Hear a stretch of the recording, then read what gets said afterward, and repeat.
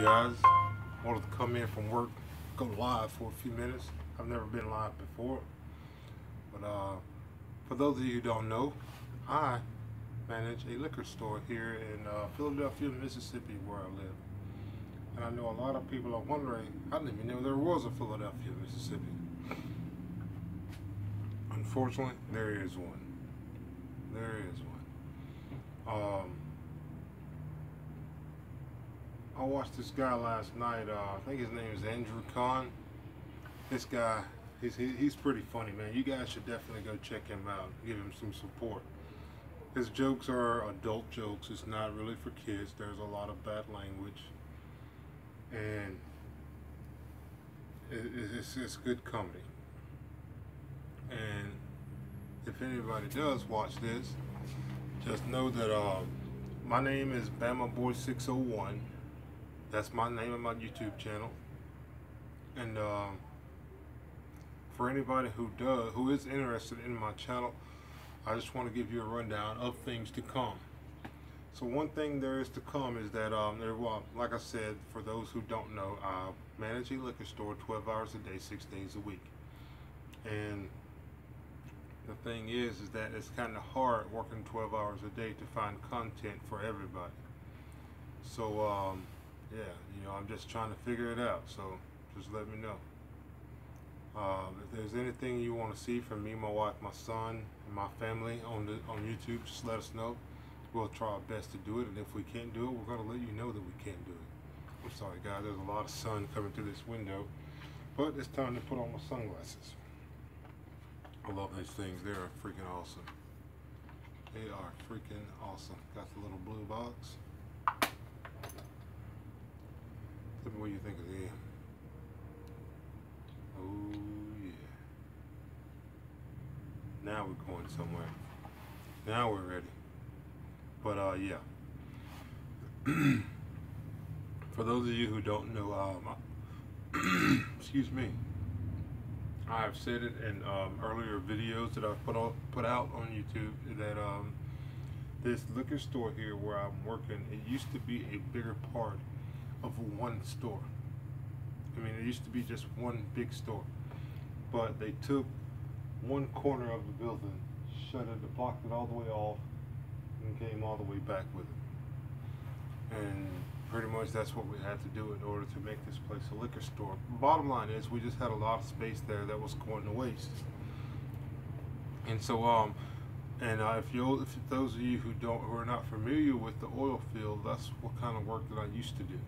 I used to work in the oil field, and I knew this family for a while. And he told me, he was like, if you need something, if you need work, just let us know, just holler at me. And so, of course, I got tired of sitting at home, and I went and asked him. He said, well, I got something for you. So I was like, okay. We talked about it, and he told me, if you want to run this store 12 hours a day all by yourself, you can. I'll let you have it. It'll be yours to deal with, yours to take care of. And so I'm like, okay, let's go. And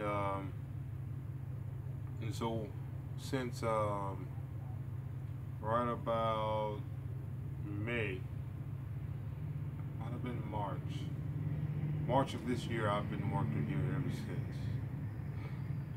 And it's been real fun, very fun. My boss man, his name is Zahid Ghafoor. He is from Pakistan. And yeah, I know a lot of you guys are thinking, well, I'm a hardcore American, Well, not all people are the same. Just like not all white people are racist, just like not all black people are racist, and so on and so on. This guy is really a very good guy.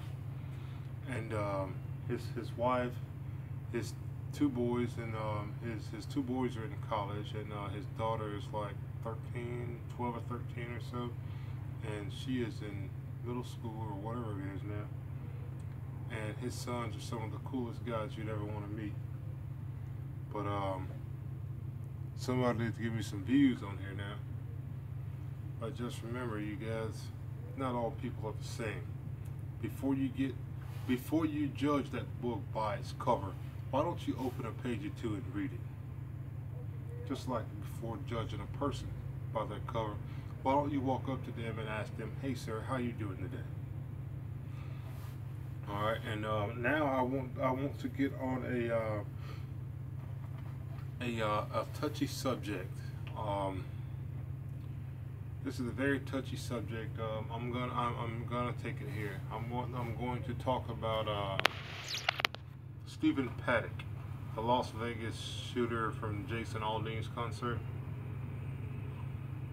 How is it that a multi-million-dollar man who's never had any previous history with any kind of mental instability whatsoever just all of a sudden go cuckoo?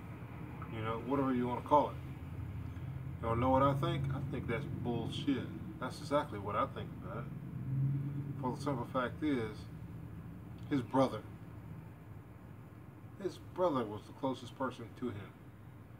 And the way his brother sat there on that interview and he cried and he bawls and stuff, you can tell when a person's lying. You can tell. Let me rephrase that. A lot of times you cannot tell when a person is lying. A person lies so good sometimes. For example, Charlie Chill. Those of you who are not familiar with Charlie Chill, go check him out. He's an a-hole. He treated his family like crap, and he used them and abused them any chance he gets. That's the kind of person you want to stay away from. But anyway, Stephen Paddock. It just doesn't happen like that. It just doesn't happen. Just like this Dylan Ruth guy. You don't just decide to wake up one morning and no matter who you got into an argument with, you could have got into an argument with the freaking sheriff at the daggum local gas station this morning for taking your pump, you know? Don't matter who you get into an argument with, you know? But you have no reason whatsoever to go into a church with an AR-15 with any gun and shoot the place up like that, man. That is horrible. That is horrible. And something I want you guys to kind of look out for if you ever see it. If you ever get the opportunity to look it up, look up a hacker called Anonymous. He puts out some pretty good evidence on this situation. And you know how everybody says that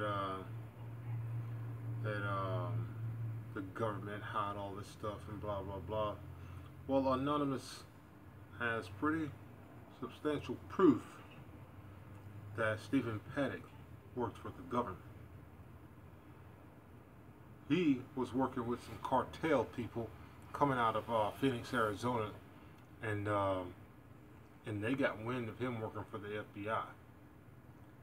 I love my guns. I am very familiar with my guns, and sometimes you just don't pay attention to things. But in the one video of Paddock laying on the floor dead in his hotel room, there is an assault rifle with a bipod laying across his legs. It's laying across his legs at this angle. How are you standing up, shoot yourself in the head, and then just manage to drop a gun straight on this tripod right across your legs like that? It doesn't happen. It doesn't happen. And the information that I got is that there was a cleaning lady in a room, straightening a room, getting it ready for a client or a guest or whatever, and the person who was in the room, I'm still here guys, 1 second. And the person that was in that room had to leave all of a sudden for a family emergency. And wow, nice bite. And whenever they left, because of their emergency, what happened was the lady was in the cleaning room, cleaning the room. That looks like a boosa. She was in the room, cleaning the room, and while she was cleaning the room, she heard one long gunshot. Just one, boom. It says approximately 20 minutes later, fully automatic gunfire rang out. I don't know if you know what that means. It sounds to me as in somebody made Stephen Paddock. They figured out who he was working for, and they killed him, and they went on, shot the place up. But if you notice, how is it? All right, another situation. The guy that was on the Ellen DeGeneres show, he says, "Oh man, we were there in the hallway. He shot us and boom, boom, boom, and all this stuff." Manufactured stories. I don't believe it. There are so many things covered up in this world, and there's so much dirt going on around us. I just do not believe it. Get away from me, bug. And the reason I'm bringing this topic up right now is because I am a lover of guns. I love my guns. I love them to death. I work here at this liquor store, and this is what I carry. This is a Beretta 92 FS. It is a 9mm with a 15+1 capacity, and I love it. I love it to death. It is awesome. Very smooth shooting gun. Very, very reliable gun. But I just wanted to come on and talk to you guys for a second. How are you? I'll catch you later. Got a customer. Bye.